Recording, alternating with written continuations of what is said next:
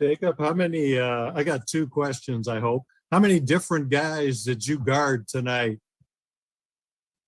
I don't know. But as I said before in the past, whoever coach needs me to guard, I'm a guard, and I'm gonna do it with pride because I take pride in my defense. So whoever is in front of me, I'm gonna try my hardest to stop them. And I wonder, you guys had been talking about being in a close game, possession by possession, and executing. How do you think you guys performed in that situation? Down the stretch, we definitely made plays that won us the game. We definitely played a lot better in the last 4 minutes, and coach has always emphasized the last 4 minutes of a game. If we're in close game situations, how we're going to finish. And I think we did a pretty well job of finishing the game. We still have some things we need to work on, but that's just a part of basketball. So we're going to go back to the drawing board, see what we need to fix, and then get better at it. Thanks. John Hale. Jacob, for as much fun as it is to blow everybody out, can a game like tonight actually teach you guys more about yourselves than some of those other recent games have?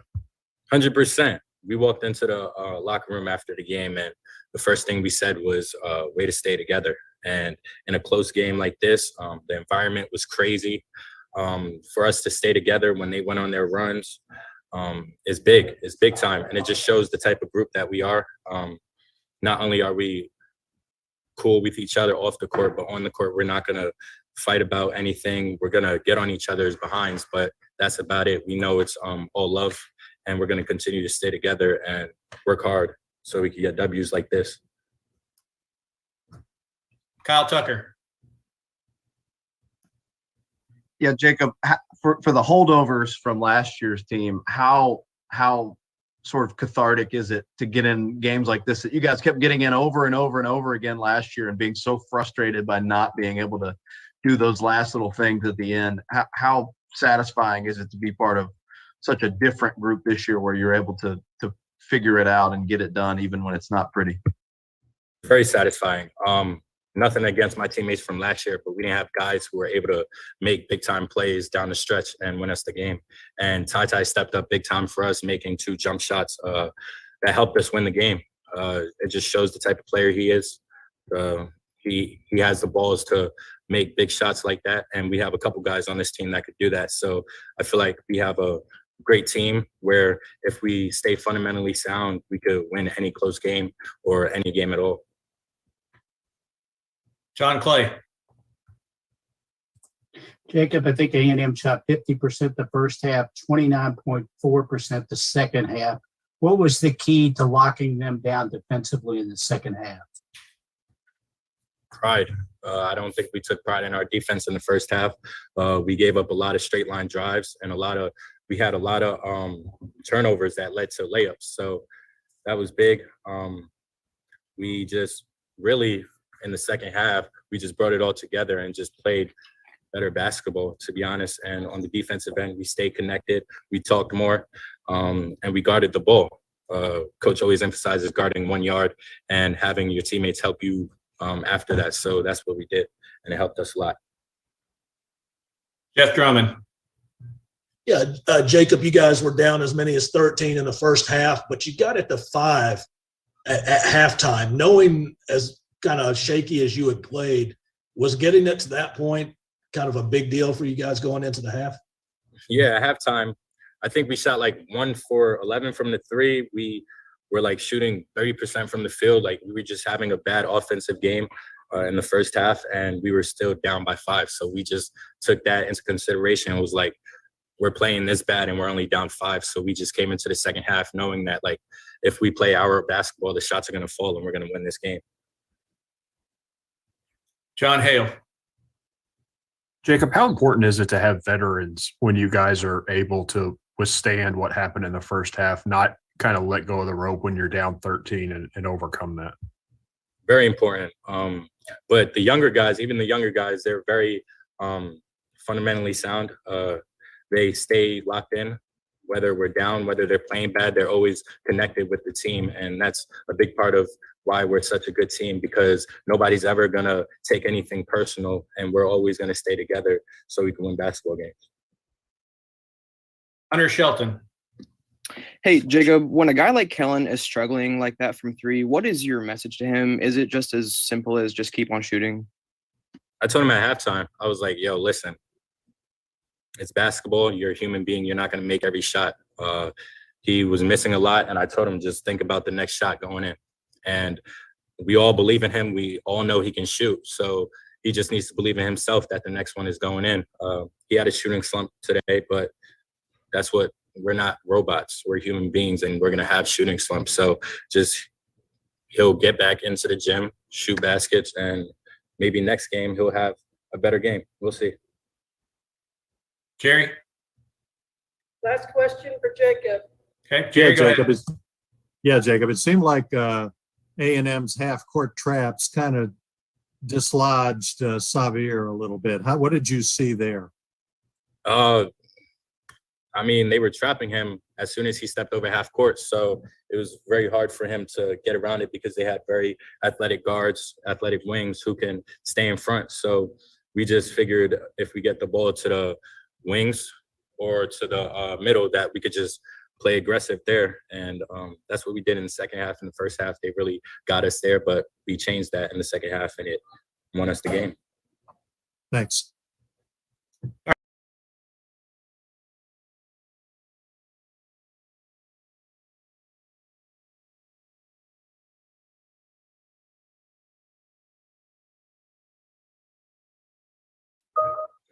Davion, for as fun as it is to blow everybody out, do you guys kind of learn more about yourselves in a game like this than maybe you have in the last few? Yeah, absolutely. I mean, the environment was crazy for us tonight. I mean, they came out, they played well. They kind of, like you said, dislodged us early, like trapping ball screens. They were way more aggressive than we thought they were going to be, especially, pushing it about like 75 feet up the court. Like it was just, they were really aggressive. A little bit above half court. So it definitely had us, out of rhythm in the first half. But that was really good, and I'm just super proud of this team coming away with a win, regardless how ugly that was tonight. And we won. That's all that matters. Jerry. You're on mute, Jerry. Davion, I wonder how ugly was it, and what do you think it means to win despite the ugliness? Yeah, I mean, we hit 4 threes tonight. We missed a ton of free throws. We turned the ball over. We just didn't get in the rhythm. I mean, credit to them. Like, they played hard. They're a good team, and it was a great environment. Like, that was SEC basketball tonight. And, I mean, it was what it was. I mean, we learned a lot about ourselves, and I'm just proud of this team that we stuck together because we struggled a lot in the last 4 minutes. So just to know that we finally got one under our belts in a tight crunch time, I mean, that's big for us and our confidence going forward in this league. What do you think happened with the shooting? Both you and Kellen struggled with it. What, their defense a problem? What was going on? No, I mean, it's just the game. It's just the way the game is. I mean, my first one, having to chuck it up with 2 seconds left. As soon as I got in the game, that kind of, it kind of, I guess threw me out of rhythm just to have that be my first shot that I had to take. But I can't speak for Kellen. I mean, he's a great shooter, and with both of us, our mentality, we can miss 200 shots. Like, I'm going to keep shooting. I tell him, if he saw me going up to him in the game, like, keep shooting. Like, we don't care. And that simply comes from, the coaching staff. But Cal's still yelling shoot. So, I mean, it is what it is. You try to hit, 5, 6 threes the next game. Kyle Tucker. Yeah, Davion is one of the guys who suffered through this kind of game that ended the other way over and over and over again last year. What to you is what's the difference between the team that can't ever finish one of those off and this group this year, this night? Yeah, collectiveness. I mean, guys huddling together at the end of games, guys doing things that's outside of the norm, like Jacob's going up, rebounding balls. I mean, I'm in there trying to scrap for balls. I mean, Xavier is just making steals, Tata hitting big shots. I mean, and then you look at the bench, everybody's up cheering. Like, that's simple things that we didn't have last year. And that's the discredit to the team we had. We were just young, you know what I mean? And now we got veterans and guys that's been in these situations, and it is just really fun. Like, I know it was terrible, but I really believe that was fun basketball tonight, man. Just to see guys come together and fight for their lives. Jeff. Avion had 8 boards tonight, and 4 of them down the stretch. Are you as proud of those as any of the points tonight? Yeah, absolutely. I mean, the shot wasn't falling. I had to do something. I mean, at this point, like, I'm just trying to impact winning.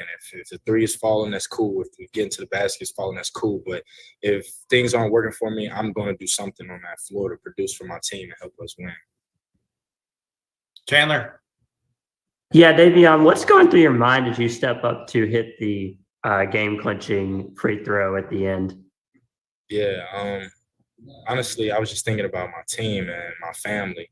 Like, a lot of thoughts were running through my head, but I was just breathing, and I was like, man, I got to do this for my family. Like, I know they're back home, they're watching me, and they depend on me to make this shot and my team. So, like, immediately as I was stepping up, all I heard was my teammates coming up to me. You built for this. We believe in you. And that said to me, I felt like I had a responsibility to make that free throw. That's all the time we have for Thank Davion. you. We've got Coach Cal here.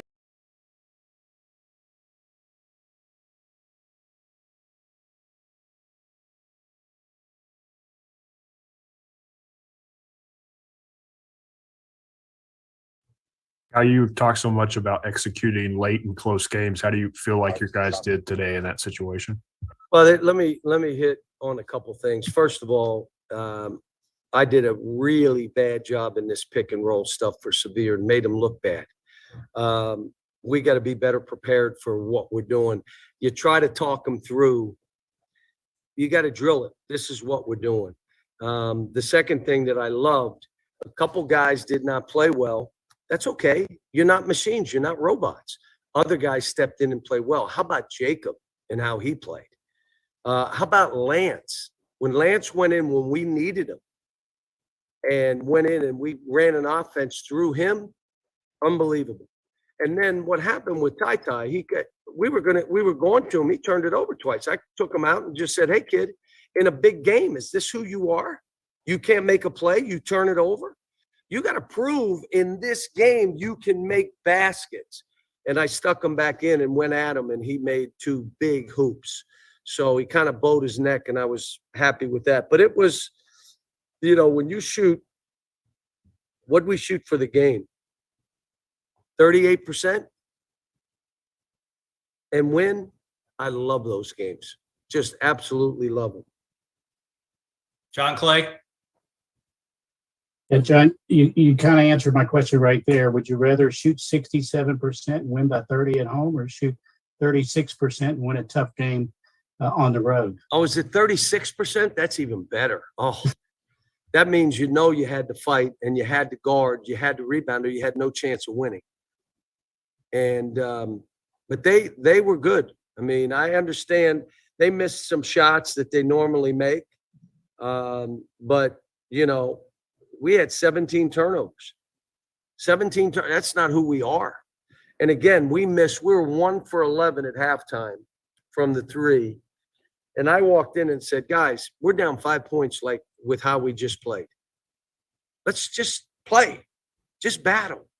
And we did some good stuff. We finally made a couple shots that created a gap.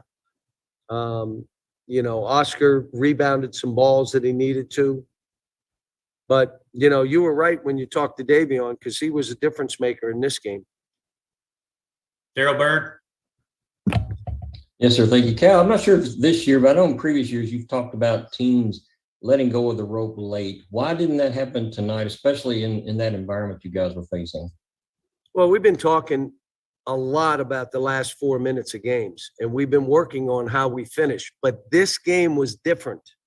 So some of the stuff we wanted to do to finish, we could not do because of how they played. And it ended up being an ISO game. And now guys got to make plays. And we have good players who can and did. Kyle Tucker. How much you've talked about Jacob's maturity and some of the things with him that he had to get better at, but how much, as he just keeps kind of coming up with these energy plays, these critical moment plays for you, is he turning your head as this season goes along? Well, I'm just telling you that, the biggest thing is he can guard 5 positions. And when he learns to hit first, then it doesn't, your physique doesn't matter if you hit first. If they hit first, your physique matters. When he learns to hit first, whether it be rebounding, defensively, whether it's offensively, being in a position before the guy's ready to play you. Let me tell you a big play in the game, because it happened earlier. There was a back cut on one of our guys and they scored a basket, and it ended up like it could have been a huge play. How about Oscar? They tried to make the same play on Oscar and he tipped it out of bounds. I mean, that was a big play. Those are all huge plays in a game like this. John Hale.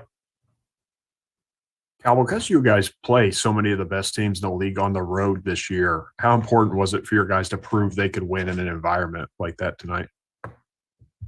Well, every game, I joked after, I don't know if you guys know, I've invested in different T-shirt companies. You know, the white out, the blue out, the orange out, the black out, and I'm getting a piece of all that action. So I'm happy that they come in and they put all that stuff. I'm just teasing. But you know that I try to tell them, you take pride in this, and no, they're coming to see you. They want to see you. Now, they may want to see you lose, but they want to watch you and take pride in that. My other thing, as you know, is I want to be roundly booed. Like, I want them to, guys to almost have aneurysms screaming so loud, boo. Then okay, I must be doing my job. And I tell them, you almost want that stuff. John Clay. John, you said this turned into an ISO game, an isolation game. Have you had games like that before this year? And if so, did you do better tonight than you'd done previously in those types of games? I don't know, John. I mean, I just know we have guys that can do that and play that way, Ty being one. I just, like I said, I got to do a better job. If they're going to bum rush our pick and rolls, here's what we're doing. Here's how we're playing. And we just weren't prepared for it, and that's on me. And that put us in a hole right away, because you and I know that's how we've been playing. And even if they come and trap, we had some things we were doing. This was more of a bum rush. This was literally, and hands on you and clothes and bodies, and there's supposed to be a circle around you. The circle was about that big, like that. So, you know, and again, I got to do a better job with that for these kids so that they're not confused, because when you're confused, you cannot be aggressive. And I want us flying, being aggressive, you know, doing those things. Jeff Drummond. Yeah, Cal, you've preached so many times to ignore the shooting column and those stats and to find other ways to help the team win. Is Davion a good example of that tonight? He has 8 rebounds, and I think Big rebounds. Four Big of them were in the rebounds. last 4 minutes. Yeah. Big rebounds. And that's why I put him back in the game. I put him back in because I knew he'd do that. But that 3 in the corner out of the timeout, that was big. That kind of put everything on their heels, like, okay. And I think had our guys convinced, oh man, we can win this. So yeah, I'm proud of him and how he's playing and what he's doing. He's doing all the little things. And you're right, 8 rebounds, almost had a double-double. No turnovers. I'm sorry, 2 turnovers. That's all right. It's not 8. Someone else had 8. Did someone have 8 turnovers in this game? Here. All right, last 2. Jerry Tipton, go ahead. Yeah, John, you mentioned Jacob can guard multiple positions. I'm wondering, is it merely whoever the hot hand is on the other team? What goes into what guy you put him on? Well, we put him on point guards in the past if that was bothering us, because he could switch and guard the point. Or we could switch and he could guard the 5 if that was the one that we thought would hurt us. But he can twirl and switch different things and still guard a guard. He can guard a big. You know, he's long enough to go rebound. He's playing better offensively. Missed a dunk, missed a lay. But again, if you go, you're an 8th grade, you're thinking as an 8th grade basketball. Like, who had the most points? You're all asking me about Jacob and think of the baskets he missed. It didn't matter. It didn't matter. he fought, and that's, again, the difference you make when you're not scoring. Well, it doesn't matter. I want to get 20 points. It's 8th grade, man. This is a dogfight. There's going to be a game where a guy gets 20. We got 6 guys in the last 5 games averaging double figures. Now, that'll go down this game because we didn't score as many points as we've been scoring. And again, you got to give A&M credit for how they played us. They came in with the game plan, and it affected us. Last question, Kyle Tucker. Cal, when you talk about Davion, how difficult is it to do what he's done this year? He's kind of the focal point for you last year a lot of the time. This year he has to take maybe a step back. He's not in the starting lineup, then he gets sick and has to kind of fight through that. I would think just mentally for him to get through all of that, deal with it, be a good teammate, and play the way he's playing is a challenge. Again, I'm telling you, whether you start or not, I mean, at Kentucky, you got guys. Darius Miller lasted how long in the NBA? He didn't start. Started the game that Michael Kidd said, let him start in my place. That helped us win a national title, by the way. What about who else? Devin Booker. It doesn't matter here. If you're into 8th grade stuff, that all matters. You're at Kentucky. Every game we play is like this. Let me tell you the advantage we have with this. Because every game is a Super Bowl, we're used to Super Bowl games. You just, and it's, like I said, hat night, cup night, family night. It's something, and it's packed. So, but it's again, we fought through a game at LSU without guards and that gave ourselves a chance. That's what we're looking for. And you're right. How we play down the stretch, what we're trying to do, we got to get better. I got to watch this tape and really try to figure out where the heck did I screw this up? And as we move on.